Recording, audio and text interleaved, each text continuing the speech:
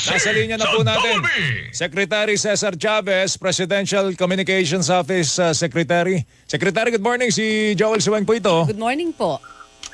Joel Weng, magandang umaga sa inyo. Narinig ko yung opening statement ninyo, kaunting pagliliwanag lang. Sige po. Na nawala na sa kamay ng DFA ang pagpapaliwanag. Kasama pa rin sila. Nagkataon lang na yung kahapon, ang PCO ang naglabas immediately after nung Zoom meeting ng ating Pangulo. So, ang DMW, ang OWA at ang DFA, they are still authorized to discuss and inform the public para sa kung ano ang plano ng gobyerno doon sa mga kababayan natin sa Lebanon. Okay. So ang tanong ngayon, Secretary, ano talaga yung plano? Ngayon na medyo mas delikado na po ang sitwasyon doon sa Lebanon. Alright. Number one, sino man ang Pangulo ng bansa, sino man ang Secretary ng Foreign Affairs, ng DND, ng DMW, laging may plano. No? So kahapon ang nangyari ay pag-review lang ng plano, operations plan, kung concept of operation, kung paano hihimukin at dadalhin pabalik ng Pilipinas yung ating mga kababayan sa Lebanon. Alright, number one, liwanagin natin na batay sa Department of Foreign Affairs, more or less, mayroong mahigit more or less 10,000 yung ating OFW sa Lebanon. Sa more than 10,000 na mga OFW, mga nasa more than 2,000 dyan ay nakapag-asawa na ng Lebanese. That's item number one. Importanteng maliwanag ko yan. And number two, overwhelming majority, at sabi ng DMW and DFA, mga 98 to 99% ng mga kababayan natin na OFW doon ay mga domestic helpers. Okay. Importanteng maliwanag ang data na yan sapagkat karamihan din nitong mga kasambahay na nagtatrabaho doon, ang kanilang mga amo ay hindi Shiites, kundi mga Kristiyano at Sunnis. Sila yung may kakayahan na kumuha ng mga kasambahay doon sa Lebanon. At dahil dyan, ipinalalagay ng marami at ng DFA at sila mismo, yung mga OFW, na hindi naman sila target sapagkat sila nga ay ang mga amo nila ay mga Kristiyano at Sunnis at hindi Shiites na Hezbollah. Alright. Ang plano ngayon ay batay doon sa naging pahayag ng ating Pangulo, paghanda na yung execution ng repatriation ng mga OFW ito sa Lebanon. Or ang napag-usapan kahapon kasama si Executive Secretary Lucas Bersamin, Defense Secretary Gibo Teodoro, National Security Advisor Ed Anyo, pati na ang DMW Secretary Hans Kakdak o OWA. At representative doon kahapon ay si Arnel Ignacio. Ang nasabi ng Pangulo, sa pamagitan ng eroplano o kaya ng barko ay ikasana ang repatriation ng ating mga kababayan doon. Ilan ba pinag-uusapan natin ng mga kababayan na nandoon na posibleng makasama sa repatriation na ito? Tinataya ng DFA at ng OWA more or less nasa 400 plus, 450 ayon sa DMW. Ongoing yung validation yan sapagkat yung iba ay gusto, yung iba ay nagbabagong isip. So may mga numero kayo naririnig na mga 300 plus, pero sabi ng DMW na more or less nasa 450 na yan. Ano ang concept of operation dito? Yung ating mga OFW pa yung Beirut ay dadalhin sa Cyprus. Back and forth yan sapagkat safe yung Cyprus. Then from Cyprus, commercial flight to yan papunta ng Pilipinas. No? So yun ho ang tagubilin ng ating Pangulo, kasama doon si Ambassador Balatbat sa pag-uusap.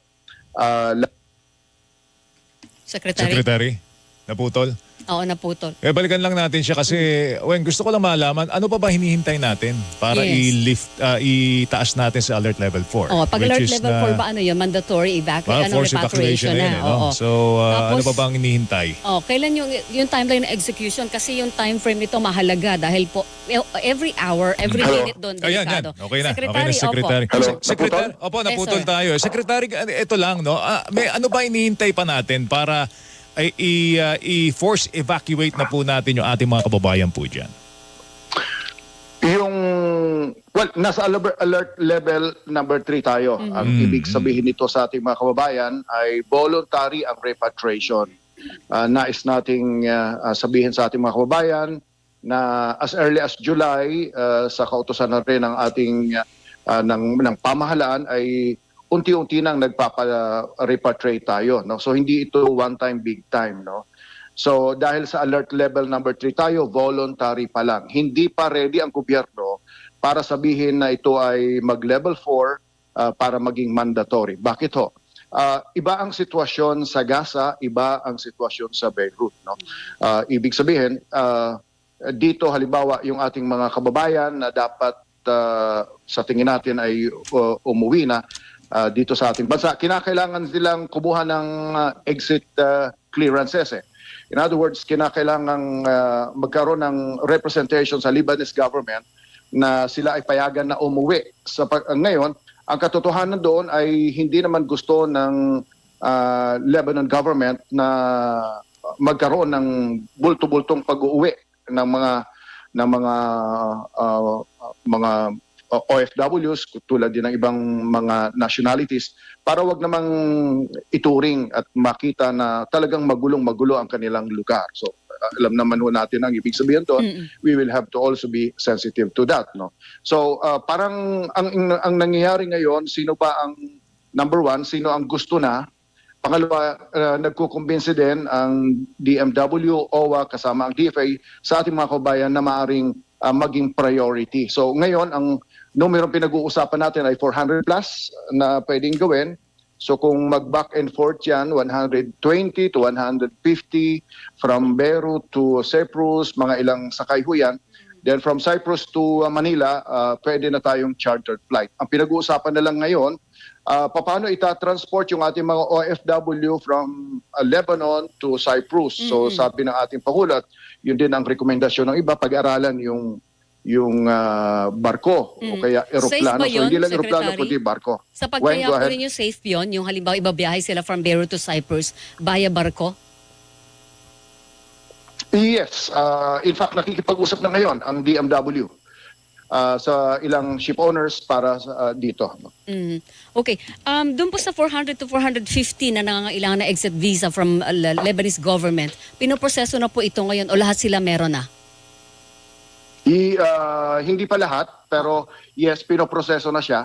In fact, ang utos ng ating Pangulo kahapon, make a strong representation to the government of Lebanon to expedite the exit clearance of the OFW. Yun ho ang maliwanag yun ho ang maliwanag ho na instruction ng ating Pangulo sa DFA at kay Ambassador Balatbat. By the way, pag sinabi nating i-repatriate ay hindi lang talaga OFW, pati na yung kanilang dependents. In fact, ngayong linggo ay ina-expect natin na may darating na 35 mula more or less 35 yung huling figure na nakita namin mula roon at yan ay binabayaran inasikaso yung aeroplano nila airfare ng DMW mula nung July Joel ang nag-aasikaso na directly nagbabayad ng airfare ng mga OFW at ng kanilang dependents mula sa Lebanon ay DMW na.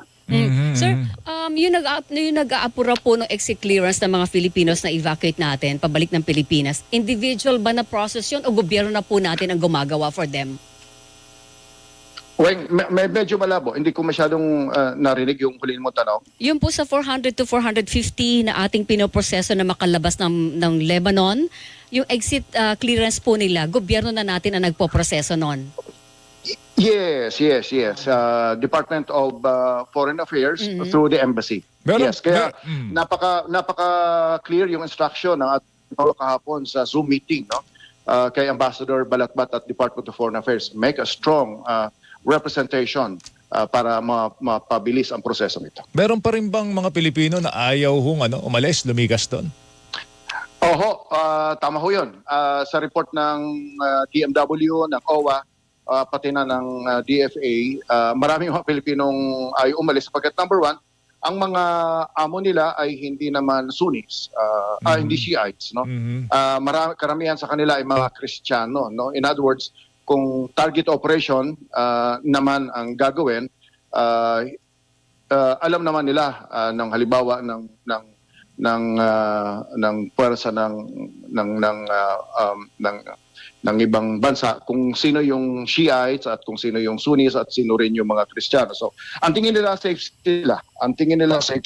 Kaya lang pag Marami sa kanila ang tingin sa kanila ay safe. Pero siyempre, Secretary, pag bomba walang pinipili. Oh, walang pinipili yan. correct. Oo. Weng, very careful dyan ang gobyerno. In fact, yung voluntary repatriations alert level, may kasamang diin yon ng pagkukumbinsi. No? May kasamang diin ng pagkukumbinsi sa mga OFW na tingnan ang katotohanan na maaaring ang bahay nila ay, ang boss nila ay mga Kristiyano, pero may kapitbahay naman sila na posibleng hindi Yes. gano'n. No? Oo. So baka madamay sila. So maliwanag po yan sa national government. Kaya strong ang ginagawa ang representation ngayon ng ating pamahalaan sa Lebanese government na yung exit visa ng clearance ng mga ito ay mapabilis. Paano po kukumbinsihin ng gobyerno yung iba? Sabi niyo nga may DN. Kaya lang ito ang palaging sinasabi. Di bali na manganib kami. May trabaho kami dito. Kaysa mamatay sa gutom sa Pilipinas. Paano yung kukontrahin ng gobyerno, Secretary? Legitimate yan. May immediate package tayong ginawa dyan. Halimbawa, may immediate 150,000. Tapos iba pang mga packages na pinagkakalob sa kanila maliban pa sa repatriation. May utos din ng ating Pangulo sa TESDA, sa Department of Trade and Industry, na tingnan yung entrepreneurship, yung livelihood opportunities ng mga ito. Maliban pa doon sa existing na mga livelihood projects ng gobyerno. So may specific instruction ng ating Pangulo kung ano ang posibleng kabuhayan na maaaring mapakinabangan nila. Bagamat sila 98% sa kanila ay kasambahay, marami na sa kanilang skill. May skills. So alam nyo, kapag ang amo ninyo ay isang professional in a way, kung matagal na kayo ron at marami rin kayo natututunan at marami naman talagang nandoon ay educated, capable na maging entrepreneur, capable na magkaroon ng hanap buhay dito sa ating bansa. Alright, tayo po yung nakakonsentrate sa Lebanon. Pero meron ba tayong ginagawang pagsilip naman sa Israel, yung mga Pinoy natin doon? Alam nyo, meron pa rin pong banta ng missile attack sa Iran ang Iran sa kanila Ano ba ang development sa Israel naman? Yung sa Israel ay continuing ang report na natatanggap ng ating Pangulo mula sa Department of Foreign Affairs.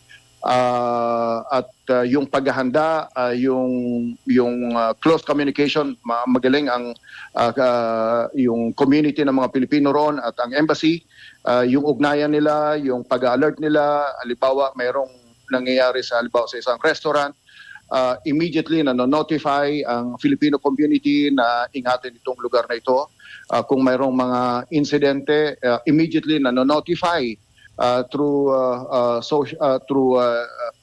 digital communication itong ating mga OFW. So, hindi pinababayaan yung ating mga Pilipino roon sa Israel. Nakatutok talaga ang gobyerno dyan at almost every day nakakatanggap ang ating pamahalaan ng reports mula sa embassy ng Philippine Embassy sa Israel. Okay. Pagka may mga development, tawagan ka namin ulit. In the meantime, Secretary, salamat Sir, sa oras thank mo. you. Mag-ingat ka.